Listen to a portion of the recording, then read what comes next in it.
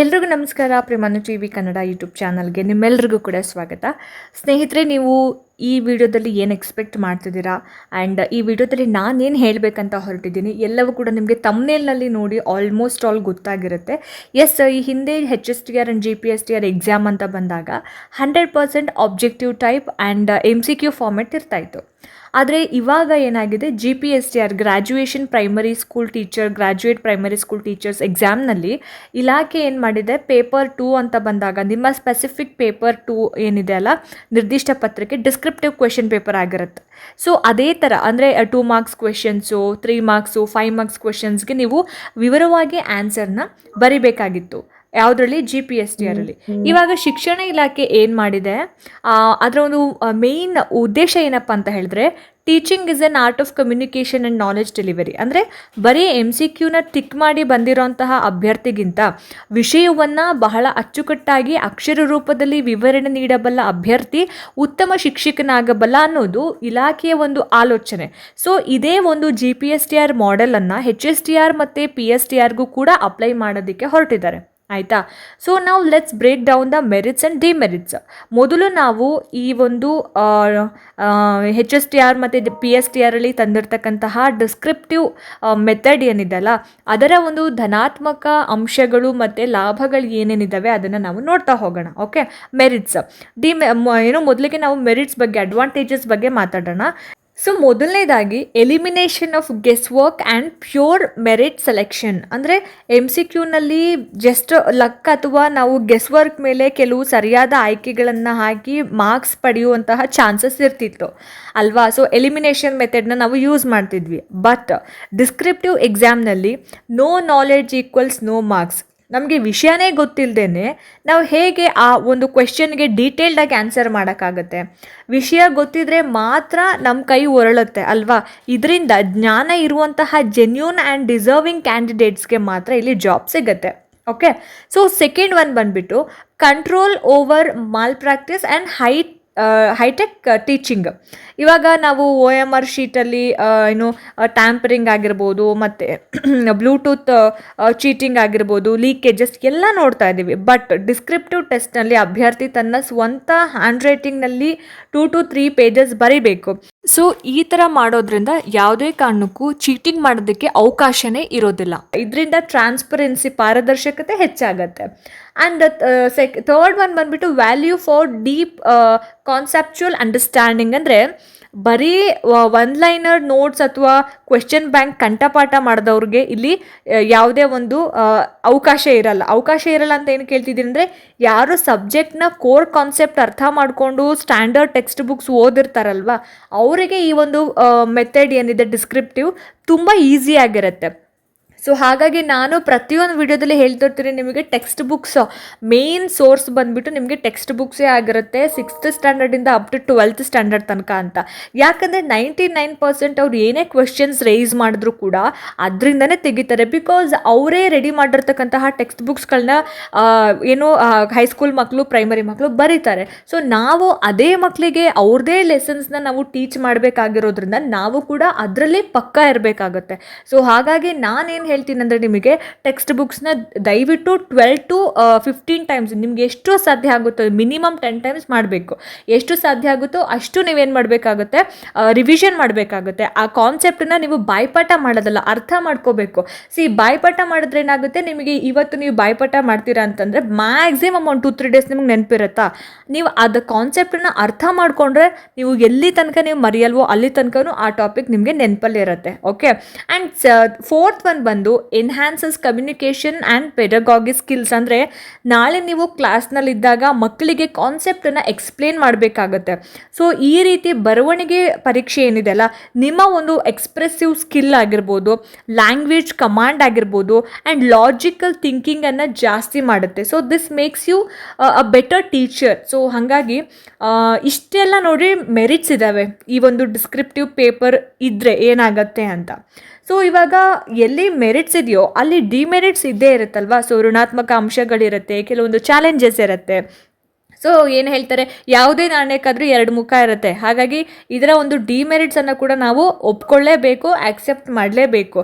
So ಮೊದಲನೇ ಒಂದು demerits ಅಂತ ಬಂದಾಗ subjective valuation and human bias. ಅಂದರೆ MCQನಲ್ಲಿ ಆದರೆ OMR ಸ್ಕ್ಯಾನರ್ ಇವ್ಯಾಲ್ಯುವೇಟ್ ಮಾಡುತ್ತಲ್ವಾ, ಸೊ ಇದರಲ್ಲಿ no human bias. But descriptive ಪೇಪರ್ನಲ್ಲಿ ಏನಾಗುತ್ತೆ, ಇವ್ಯಾಲ್ಯುವೇಟರ್ಸ್ ಇದನ್ನು ಇವ್ಯಾಲ್ಯುವೇಟ್ ಮಾಡ್ತಾರೆ ಆಯಿತಾ, ಮೌಲ್ಯಮಾಪಕರು ಇದನ್ನು ತಿದ್ದುತ್ತಾರೆ. ಸೊ ಇವ್ಯಾಲ್ಯುವೇಟರ್ನ ಒಂದು ಮೂಡ್, ಪರ್ಸೆಪ್ಷನ್ನು, ಹ್ಯಾಂಡ್ ರೈಟಿಂಗ್ ಪ್ರಿಫರೆನ್ಸು, ಸೊ ಇದೆಲ್ಲದರ ಆಧಾರದ ಮೇಲೆ ಅಂಕಗಳು ಹೆಚ್ಚು ಅಥವಾ ಕಡಿಮೆ ಆಗ್ತಕ್ಕಂತಹ ಒಂದು ಚಾನ್ಸಸ್ ಇರುತ್ತೆ ಆಯಿತಾ. ಸೊ ಅದನ್ನು ಕೂಡ ನಾವು ಮೈಂಡಲ್ಲಿ ಇಟ್ಕೋಬೇಕಾಗುತ್ತೆ. ಆ್ಯಂಡ್ ಎರಡನೇದು ಟೈಮ್ ಮ್ಯಾನೇಜ್ಮೆಂಟ್ ಮತ್ತು ರೈಟಿಂಗ್ ಸ್ಪೀಡು. ಸೊ ವರ್ಷಗಳಿಂದ ಬರೀ ನಾವು ಟಿಕ್ಕಿಂಗ್ ಮಾಡಿ ಅಭ್ಯಾಸ ಇರತಕ್ಕಂತಹ ಕ್ಯಾಂಡಿಡೇಟ್ಸ್ಗೆ 3 ಗಂಟೆಗಳಲ್ಲಿ ಅಥವಾ 2.5 ಗಂಟೆಗಳಲ್ಲಿ 15 to 20 15 to 20 ಸುದೀರ್ಘವಾಗಿರ್ತಕ್ಕಂತಹ ಉತ್ತರಗಳನ್ನು ಬರೆಯೋದು ಒಂದು ದೊಡ್ಡ ಚಾಲೆಂಜ್. ಸೊ ಹಾಗಾಗಿ ರೈಟಿಂಗ್ ಸ್ಪೀಡ್ ಮಿಸ್ಸಿಂಗ್ ಆಗಿ ಪೇಪರ್ ಇನ್ಕಂಪ್ಲೀಟ್ ಆಗ್ತಕ್ಕಂತಹ ಚಾನ್ಸಸ್ ಇರುತ್ತೆ. ನಿಮಗೆ ಆ ಪ್ರಶ್ನೆಗೆ ಉತ್ತರ ತುಂಬ ಚೆನ್ನಾಗಿ ಗೊತ್ತಿರುತ್ತೆ, ನೀವು ತುಂಬ ಚೆನ್ನಾಗಿ ಕಾನ್ಸೆಪ್ಟ್ನ ಅರ್ಥ ಮಾಡ್ಕೊಂಡಿರ್ತೀರ, ನೀವು ಅದನ್ನು ಹೇಳಿ ಅಂದರೆ ತುಂಬ ಚೆನ್ನಾಗಿ ಎಕ್ಸ್ಪ್ರೆಸ್ ಮಾಡ್ತೀರಾ. ಬಟ್ ನಿಮಗೆ ರೈಟಿಂಗ್ ಸ್ಪೀಡ್ ಇಲ್ಲ ಅಂತಂದರೆ ಅದನ್ನು ನೀವು ಏನು ಮೈಂಡಲ್ಲಿ ನೀವು ಹೇಳಬೇಕು ಬರಿಬೇಕು ಅಂದ್ಕೊಂಡಿರ್ತೀರ, ಪೇಪರ್ನಲ್ಲಿ ಬರೆಯೋಕ್ಕೆ ಸಾಧ್ಯ ಆಗಲ್ಲ. ಸೊ ಹಾಗಾಗಿ ಟೈಮ್ ಮ್ಯಾನೇಜ್ಮೆಂಟ್ ಮತ್ತು ರೈಟಿಂಗ್ ಸ್ಪೀಡ್ ಪ್ರಾಬ್ಲಮ್ ಆಗುತ್ತೆ. ಆ್ಯಂಡ್ ಇನ್ನೊಂದೇನಪ್ಪ ಅಂತಂದರೆ disadvantages for senior aspirants and rural students.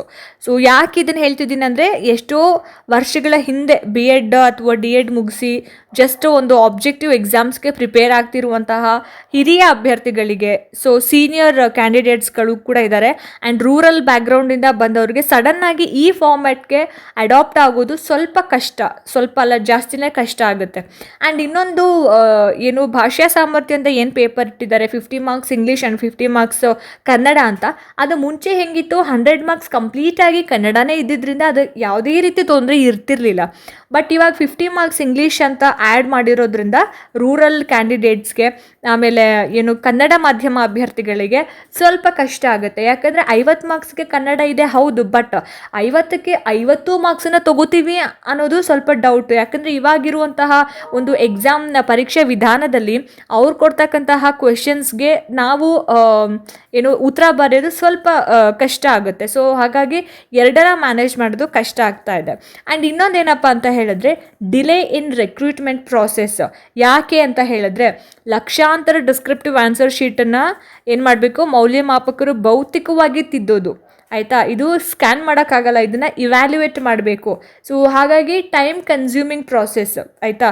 So ಇದರಿಂದ ರಿಸಲ್ಟ್ ಅನೌನ್ಸ್ಮೆಂಟ್ ಮತ್ತು ಫೈನಲ್ ಜಾಯ್ನಿಂಗ್ ತುಂಬ ಲೇಟ್ ಆಗ್ತಕ್ಕಂತಹ ಚಾನ್ಸಸ್ ಇರುತ್ತೆ. ಓಕೆ, ಸೊ ನನಗೆ ಗೊತ್ತಿರೋ ಪ್ರಕಾರ ಇಷ್ಟು ಮೆರಿಟ್ಸ್ ಆ್ಯಂಡ್ ಡಿಮೆರಿಟ್ಸ್. ಇದಕ್ಕೂ ಹೊರತುಪಡಿಸಿ ನಿಮಗೇನು ಅನಿಸುತ್ತೆ ಅದ್ರ ಬಗ್ಗೆ ನೀವು ದಯವಿಟ್ಟು ಕಮೆಂಟಲ್ಲಿ ತಿಳಿಸಿ, ಓಕೆನಾ. ಆ್ಯಂಡ್ ಇವಾಗ ನಾನು ಕೊನೆಯದಾಗಿ ಮತ್ತು ತುಂಬ ಇಂಪಾರ್ಟೆಂಟಾಗಿ ಏನು ಹೇಳಕ್ಕೆ ಹೊರಟಿದ್ದೀನಿ ಅಂದರೆ, ನಮ್ಮ ಸ್ಪರ್ಧಾರ್ಥಿಗಳಿಗೆ ಒಂದು ಕಿವಿ ಮಾತು. ಸೊ ಪ್ಯಾಟ್ರನ್ ಬದಲಾಗಿದೆ ಅಂತ ನೀವು ಪ್ಯಾನಿಕ್ ಆಗಿ ಕಾಲಹರಣ ಮಾಡೋದಕ್ಕೆ ಹೋಗಬೇಡಿ. ಸಿಸ್ಟಮನ್ನು ಬದಲಾಯಿಸೋದಕ್ಕೆ ನಮ್ಮಿಂದ ಸಾಧ್ಯ ಇಲ್ಲ, ಆದರೆ ನಮ್ಮ ಪ್ರಿಪ್ರೇಷನ್ ಸ್ಟ್ರಾಟಜಿನ ನಾವು ಬದಲಾಯಿಸ್ಕೊಳ್ಳೋದಕ್ಕೆ ಸಾಧ್ಯ ಆಗುತ್ತೆ. ಸೊ ಹಾಗಾಗಿ shift to answer writing practice ಅಂದರೆ ದಿನಾನೂ ಕೂಡ ನೀವೇನು ಮಾಡಬೇಕಾಗುತ್ತೆ, ಬರೀಬೇಕಾಗಿದೆ. ಅಟ್ಲೀಸ್ಟ್ ಮಿನಿಮಮ್ ಅಂದರೆ 1 hour. ಇವತ್ತಿನ ದಿನ ನೀವು ಬರೀ ಓದೋದನ್ನು ಸ್ಟಾಪ್ ಮಾಡಿ read for 2 hours, right for 1 hour. ಅಂದರೆ ದಿನಕ್ಕೆ ಒಂದು ಕನಿಷ್ಠ 3 to 4 ಡಿಸ್ಕ್ರಿಪ್ಟಿವ್ ಕ್ವೆಶನ್ಸ್ಗೆ ನೀವು ಏನು ಓದಿರ್ತೀರ, ನೀವೇನು ಅರ್ಥ ಮಾಡ್ಕೊಂಡಿದ್ದೀರಾ ಅದನ್ನು ಒಂದು ಪೇಪರ್ ತೊಗೊಳ್ಳಿ, ಬರೀರಿ. ಬುಲೆಟ್ ಪಾಯಿಂಟ್ಸು, ಡಯಾಗ್ರಾಮ್ಸ್ ಹಾಕಿ, ಫ್ಲೋ ಚಾರ್ಟ್ಸ್ ಬಳಸಿ ಆನ್ಸರ್ ಬರೆಯೋದನ್ನು ನೀವು ಪ್ರಾಕ್ಟೀಸ್ ಮಾಡ್ಕೋಬೇಕಾಗುತ್ತೆ. ಆ್ಯಂಡ್ ನೆಕ್ಸ್ಟು ನಾನು ಆವಾಗಲೇ ಹೇಳಿದೆ, ಮಾರ್ಕೆಟಲ್ಲಿ ಸಿಗ್ತಕ್ಕಂತಹ ಲೋಕಲ್ ಗೈಡ್ ಬುಕ್ಗಳನ್ನು ಓದೋದನ್ನು ಕಡಿಮೆ ಮಾಡಿ 6th to 12th ಸ್ಟ್ಯಾಂಡರ್ಡ್ ಅಥವಾ 6th to 10th ಸ್ಟ್ಯಾಂಡರ್ಡ್ ಏನು ಸ್ಟೇಟ್ ಆ್ಯಂಡ್ NCERT ಟೆಕ್ಸ್ಟ್ ಬುಕ್ಸನ್ನು ಲೈನ್ ಬೈ ಲೈನ್ ಓದಿ. ವೈ, ಹೌ, ಎಕ್ಸ್ಪ್ಲೇನ್, ಸೊ ಈ ಥರ ಪ್ರಶ್ನೆಗಳಿಗೆ ಉತ್ತರವನ್ನು ನಾವು ನೀಟಾಗಿ ಕಂಡ್ಕೋಬೇಕಾಗುತ್ತೆ. Okay, and next improve speed and presentation. ಪರೀಕ್ಷೆಯಲ್ಲಿ presentation plays 50% role. Okay, so ನಿಮ್ಮ ಕೈ ಬರಹ ಸ್ಪಷ್ಟವಾಗಿರಬೇಕು. ನಾವು ಫಾಸ್ಟಾಗಿ ಬರಿತಾ ಇದ್ದೀವಿ ಅಂತ ಅಂದ್ಬಿಟ್ಟು ನಂಗೆ ಉತ್ತರ ಗೊತ್ತು ತುಂಬ ಫಾಸ್ಟಾಗಿ ಬರೆದ್ಬಿಡೋಣ, ಟೈಮ್ ಮ್ಯಾನೇಜ್ಮೆಂಟ್ ಆಗುತ್ತೆ ಅಂತ ಅಂದ್ಬಿಟ್ಟು ಬಟ್ ಹ್ಯಾಂಡ್ ರೈಟಿಂಗ್ ಕಡೆ ನೀವು ಕಾನ್ಸಂಟ್ರೇಷನ್ ಮಾಡದೇ ಇರಬೇಡಿ, ಅದು ಕೂಡ ತುಂಬ ಇಂಪಾರ್ಟೆಂಟ್ ಆಗುತ್ತೆ. ಓಕೆ, ಕೆಲವೊಂದು ಪಾಯಿಂಟ್ಸ್ ಇರುತ್ತೆ ಗೊತ್ತಾ, ಪ್ರಮುಖ ಕೀವರ್ಡ್ಸನ್ನು ನೀವೇನು ಮಾಡಬೇಕಾಗುತ್ತೆ, ಅಂಡರ್ಲೈನ್ ಮಾಡೋದನ್ನು ಕಲೀರಿ. ಆವಾಗ ಓಕೆ, ಈ ಕ್ಯಾಂಡಿಡೇಟ್ಸ್ಗೆ ಏನೋ ಗೊತ್ತಿದೆ, ಏನೋ ಪಾಯಿಂಟ್ ಹಾಕಿದ್ದಾರೆ ಅಂತ ಅಂದ್ಬಿಟ್ಟು ಅಟ್ಲೀಸ್ಟ್ ಆ ಪಾಯಿಂಟ್ಗಾದ್ರೂ ಮಾರ್ಕ್ಸನ್ನ ಕೊಡ್ತಾರೆ. Okay, and next analyse GPSTR previous year question papers PYQsನ ಸಾಲ್ವ್ ಮಾಡಬೇಕಾಗುತ್ತೆ. ಯಾಕಂದರೆ GPSTRನಲ್ಲಿ ಡಿಸ್ಕ್ರಿಪ್ಟಿವ್, ಸೊ ಅಲ್ಲಿ ಯಾವ ಥರ ಕ್ವೆಶನ್ಸ್ಗಳನ್ನ ತೆಗ್ದಿದ್ದಾರೆ. ಓಕೆ, ಆ ಕ್ವೆಶನ್ ಪೇಪರ್ಸ್ಗಳನ್ನ ಡೌನ್ಲೋಡ್ ಮಾಡಿ ಇಟ್ಕೊಳ್ಳಿ, ಮಾಡೆಲ್ ಕ್ವೆಶನ್ ಪೇಪರ್ ಆಗಿ ನೀವು ಅದನ್ನು ಸ್ವಲ್ಪ ನೋಡ್ಕೊಳ್ಳಿ. ಓಕೆ, ಸ್ಕೀಮ್ ಆಫ್ ಇವ್ಯಾಲ್ಯುಯೇಷನ್ ಹೇಗಿತ್ತು ಅನ್ನೋದನ್ನು ನೀವು ಸ್ಟಡಿ ಮಾಡ್ಕೊಳ್ಳಿ. ಇನ್ನು ಲಾಸ್ಟ್ ಒನ್ ಬಂದುಬಿಟ್ಟು adaptability is key to success. ಅಂದರೆ it's not the strongest that survives but the most ಅಡಾಪ್ಟೇಬಲ್.